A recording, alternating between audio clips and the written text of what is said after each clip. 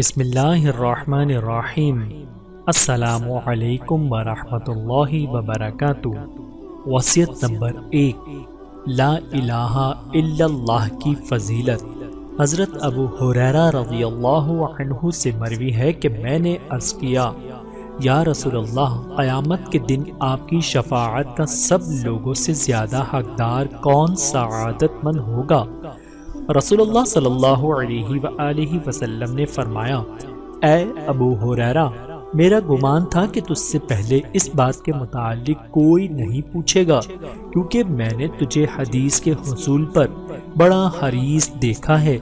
قیامت کے دن تمام لوگوں سے بڑھ کر میری شفاعت کا سب سے زیادہ مستحق وہ سعادت مند ہوگا جس نے خالص اپنے دل و جان سے لا الہ الا اللہ پڑھا ہوگا۔ اس حدیث مبارکہ کو امام بخاری نے روایت کیا ہے۔ مزید فائدہ کے لیے ہم آنے والی حدیث مبارکہ بیان کر رہے ہیں۔ جنت میں داخلہ۔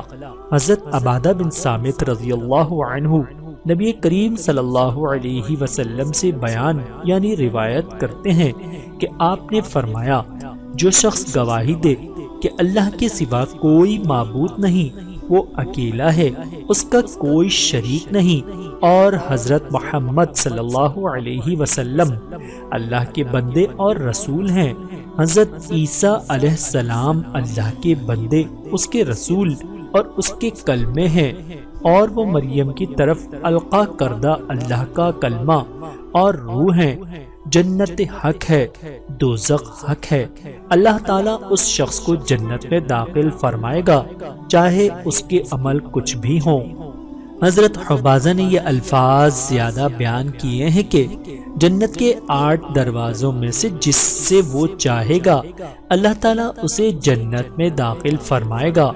اس حدیث پاک کو امام بخاری اور امام مسلم نے روایت کیا ہے، اور یہ الفاظ بخاری شریف کے ہیں۔